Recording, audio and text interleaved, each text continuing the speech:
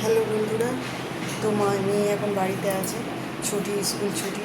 তো এখন ওকে ভাত বাড়তে বলেছে, ভাত বাড়ছে, চলো দেখাই তোমাদেরকে। এই যে ভাত বাড়ছে, সীতমা আলো জ্বালে না, তো এই ভাতটা আমার জন্য বলেছে। এটা থাক ওটা থাক, আর না চলো। তো দুটো থালা এখন ভাত বেড়েছে আমাদের জন্যে, চলো আমি চাপা দিচ্ছি, নিয়ে যাচ্ছি। হ্যাঁ বসো। ওমা, ওটা কি পাকাচ্ছ গো? এটা নিম পাতা ভাজা দিয়ে আলু মাখা। বাবা, আমি খাবোই না। তো দেখেছো বন্ধুরা, দেখেই বলছে যে আমি খাবো না।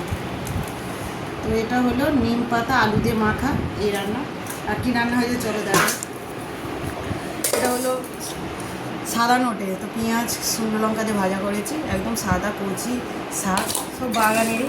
আর এটা দেখো ছাটের তরকারি, লাল লাল। হ্যাঁ ছাটের তরকারি।